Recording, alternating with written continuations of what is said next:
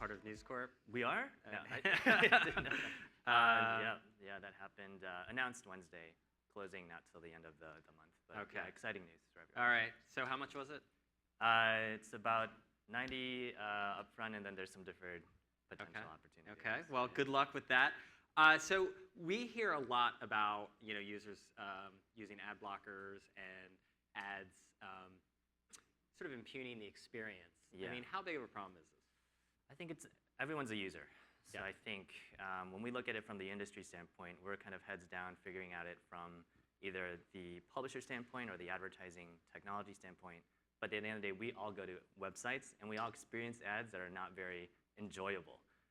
So that's the one thing that I think we're focused on at Unruly is figuring out how to create formats that are actually user-friendly. So what that means is not making it so hard to read the content that you're trying to get to, delivering an advertisement content that is relevant to that user, and then allowing that user to share the advertising itself. So give me an idea of what, for you, maybe as a user, an anti-social ad. What's your Yeah, I've got an example in my head of going to a website where suddenly the whole screen is just taken over by some crazy ad and I can't find the little white X box to close it.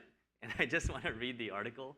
And I think the publisher is probably making a good amount from that experience, but then they might be losing something from the user standpoint. So if there's an easy way to opt out of ads, or if there's an easy way to experience the ad, that's, I think, in the user's best interest. interest. Isn't ads, it's kind of a tax. I mean, look, if people don't want to pay, they have to put up with ads, and some of them will be intrusive. Yeah, I think there's probably a spectrum of it. So what we see are banner blindness. Nobody's paying attention to a lot of banner ads right now. And then you've got the other extreme of just taking it over so much that you can't actually get to what you're trying to do. Somewhere in the middle, there's a balance of finding a user that is actually open to a format where they can control getting out of the experience if they want, and if they want to continue the experience in the advertising space, they can. Yeah. So what is a social ad? I mean, is this really realistic that people are going to want to share ads? It is. So we've collected billions of data around sharing. So what we do is when we take a piece of video content from an advertiser, we test it against users. We find how they actually approach and connect with it emotionally. We use that data to then target users most likely to share, talk about that ad. And so we see share rates anywhere from 1 to 4 to 10% based on the actual creative. And this is all so great for brand marketers, which is where video is really focused, because they're getting that message out organically through an audience that's paying attention and connecting emotionally to their messaging. But it would seem it would be very dependent on the creative. I mean, like, okay, so find some Old Spice ads, but I mean, there's a lot of pretty dull ads out there that still need to find a home. Yeah, so I agree. What we do is we're really trying to help the marketer improve that creative experience as well. So we'll test that creative for them. We'll provide that feedback to them. There are opportunities for them to potentially cut scenes, edit things that are not resonating, and then really get them on the distribution path to get that most shared to the right people. But I agree. There's a lot of great ads, and there's not a lot of great ads out there. How is that different in mobile? I mean, is it more of a challenge to get people to share ads in mobile? It's all about the experience of the format. So if you allow it to be easy to be shared, and you really understand that the user is really moving to mobile platforms to consume content, most publishers that we talk to, 50, 60% of their audiences are now on mobile. And what we're finding is that mobile is easier to share because they're most likely to then share it to their social networks. 70 to 80% of social network activities on the mobile device. We're finding sharing to be quite large on the mobile device. Yeah. How about viewability? I mean, does this address viewability concerns? Yeah. So we have partnerships across the board with Mode, Integral Ad Science. So what we've done as a company is that, okay, we have our own tracking, but we understand that as an advertiser, you want to be able to track through a third party. Let's get integrated with those guys. So we are integrated with them so that they can also check viewability. Yeah.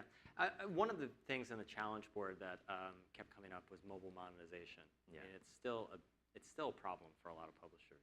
Yeah, it is, and we're really trying to solve for it by bringing video advertising to mobile. So I think if you put together native, video, mobile, you've got the trifecta of all the buzzwords of what a publisher would love to be able to do.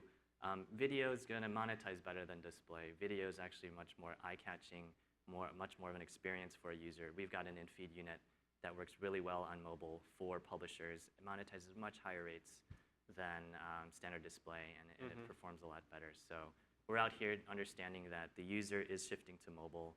Advertisers are interested in getting their message in front of them, but not through potentially a very small banner ad. And publishers want to get paid more because of that imbalance that we're seeing of revenue still staying on desktop, but users consuming on mobile devices. So Rich was talking about like 20+% ad blocking rates for complex. I mean, how is that? Do you think this problem is sort of overwrought, or do you think it's real? I think it's real. I think it's still even early days, because at this conference last year we weren't talking about ad blocking at all, and now it's suddenly the topic du jour for us. And I think it's going to continue. Unruly is an international company. We see high rates of ad blocking. Where are you seeing higher rates? In Europe? The highest is in Europe and in Germany. Germans love the block out. Yeah. So Scandinavians too.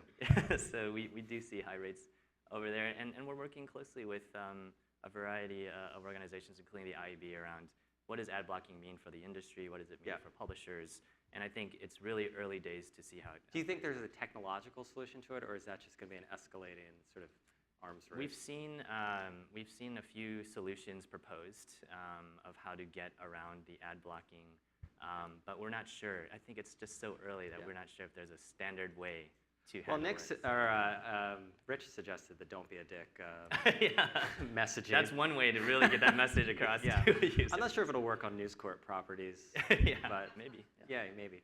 Okay, Ken, that's all we have time for, but thank you so much. Great, thanks for having me.